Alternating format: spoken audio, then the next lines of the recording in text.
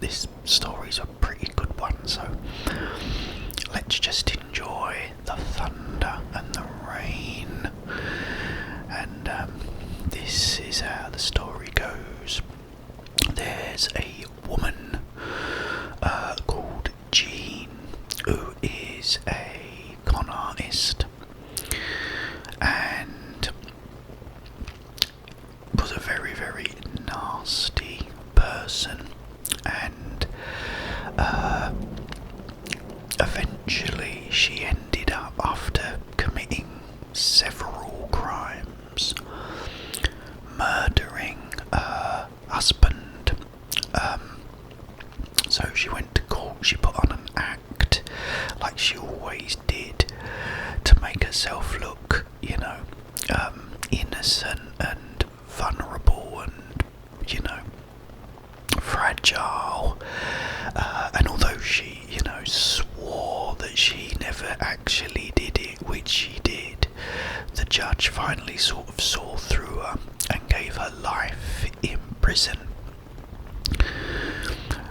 So, as she was driving to prison in the bus, she noticed that there was a cemetery just to the left of the prison, and there was an old man that was filling in one of the graves, and he just so happened to sort of take his hat off and sort of wipe his brow, and looked and sort of made eye contact with Jean.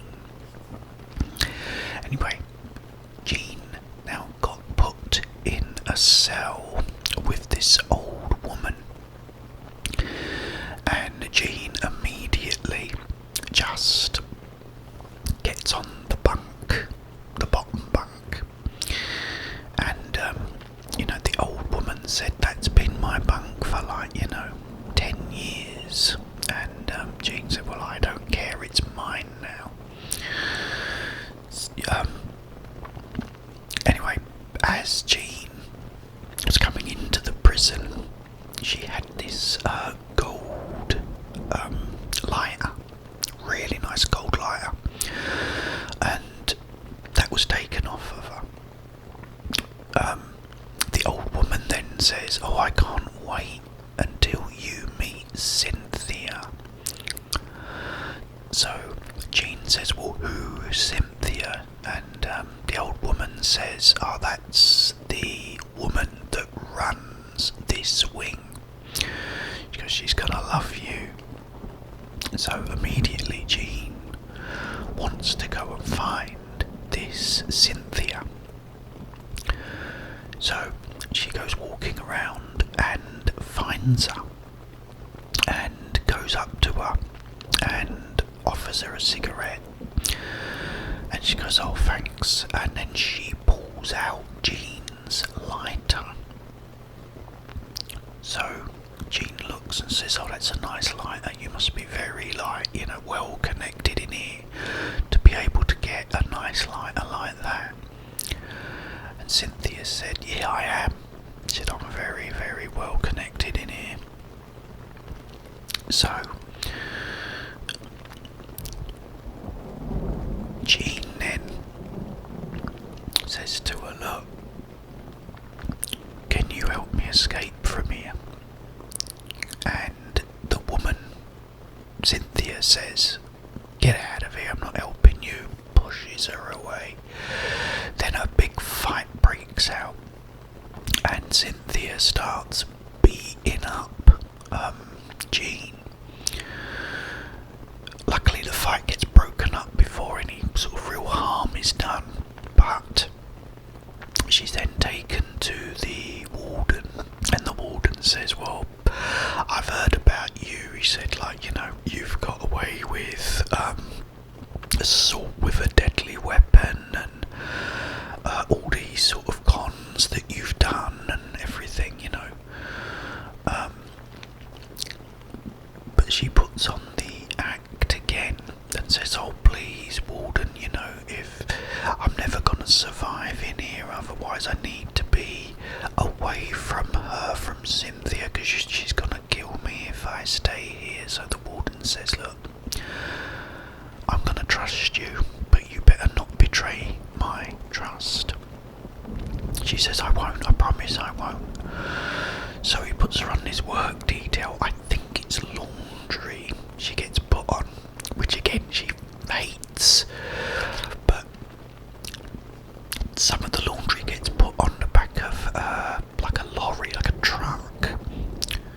So she then takes her chance, and goes right.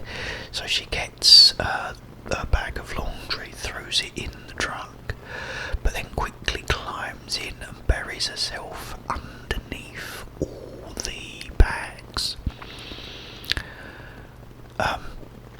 Anyway, they pull down the shutter on the back of the truck, and she just thinks she's got away. She thinks, oh, it was so easy, lovely, right, let's go, Then a guard notices that there's something wrong, and he goes, wait a minute, and he goes and runs, opens it, and he's looking around. I don't know if it's laundry or mail or something, I'm not sure what it is now, but it's all these sacks anyway, could be mail. Anyway, he pulls all these bags back and reveals Jean, and he says, oh, I've heard about you, come on out.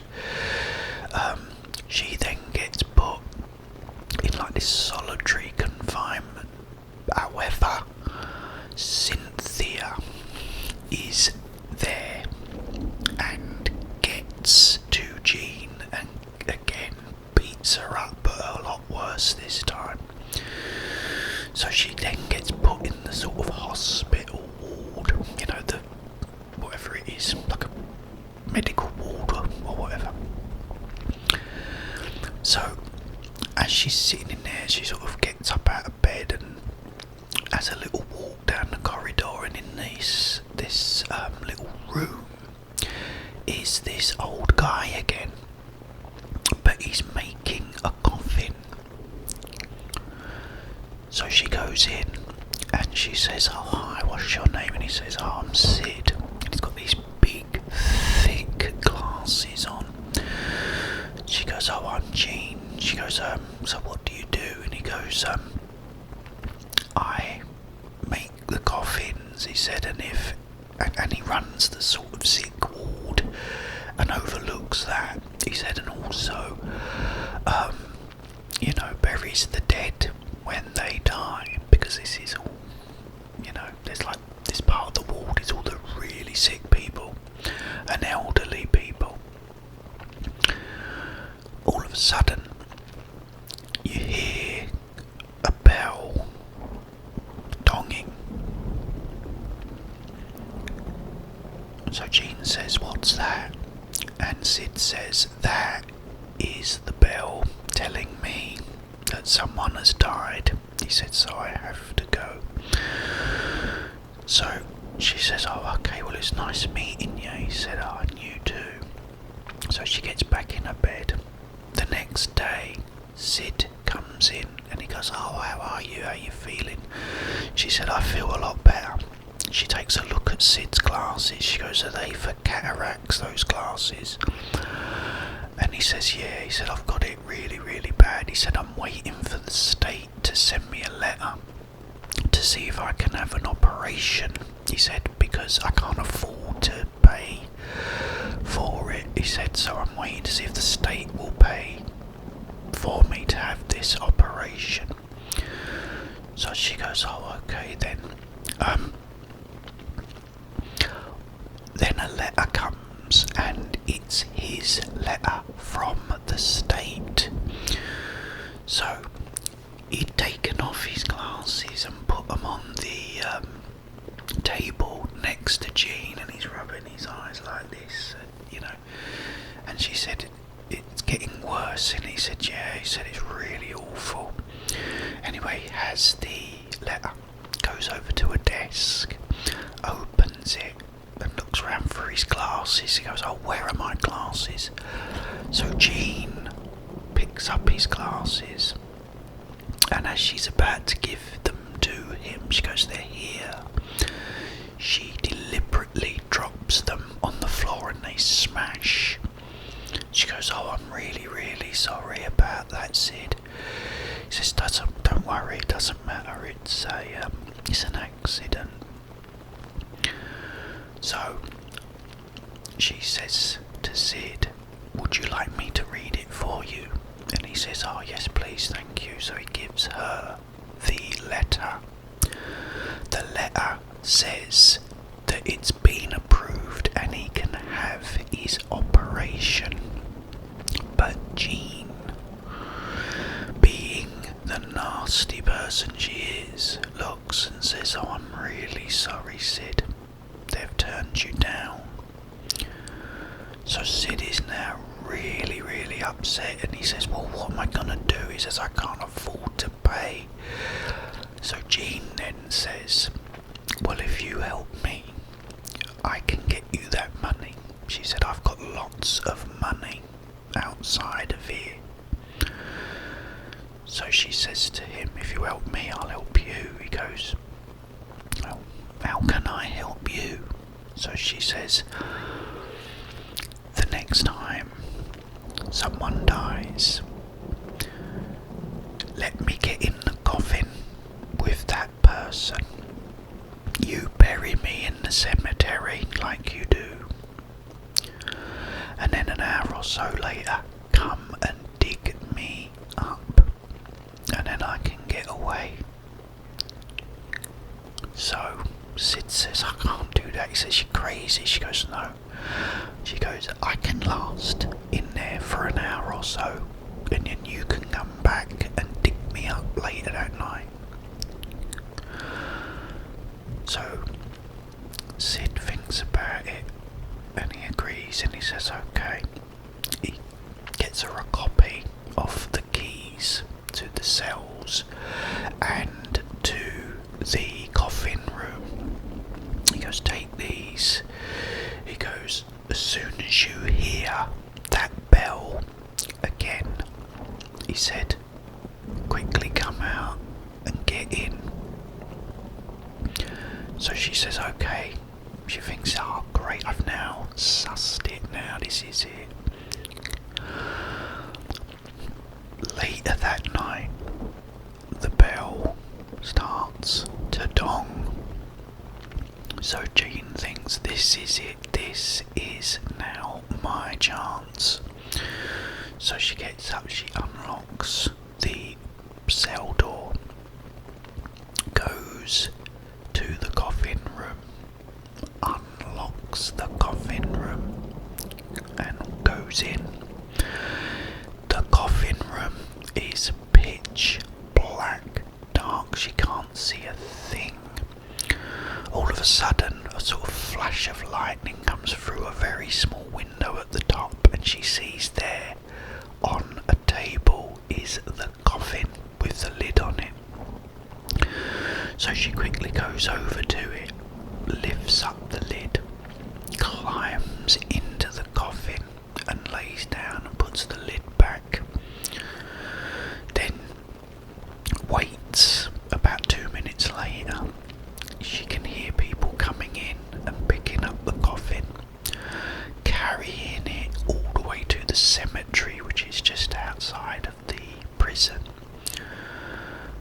She hears the coffin being lowered down into the grave and the dirt being shoveled on the top.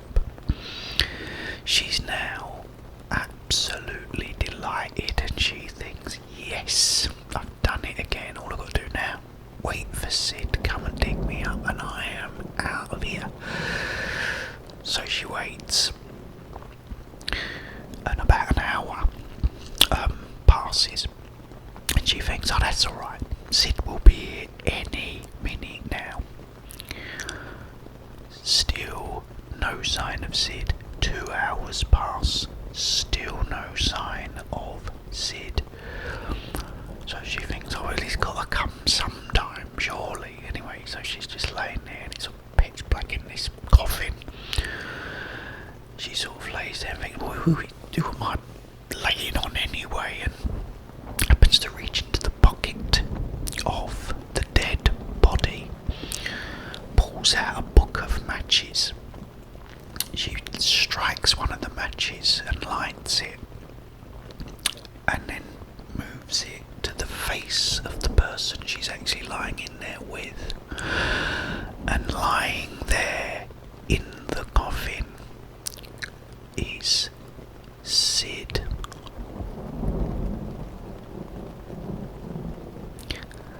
I hope you enjoyed that one, guys. I really love that. I thought, oh, I can't wait to tell you all that one because I really did like that one.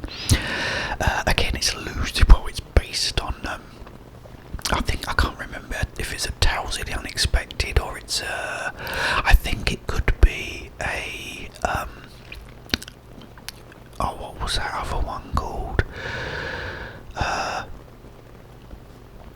Alfred Hitchcock Presents, I think, or the other one, is it whether it's true or whether it's not true. Anyway, it's a brilliant story, and I thought, oh, I can't wait to tell, all my viewers that one. So I hope you enjoyed that. I hope you're enjoying all this lovely thunder and rain. It's so relaxing. I will be back with more, guys, very soon.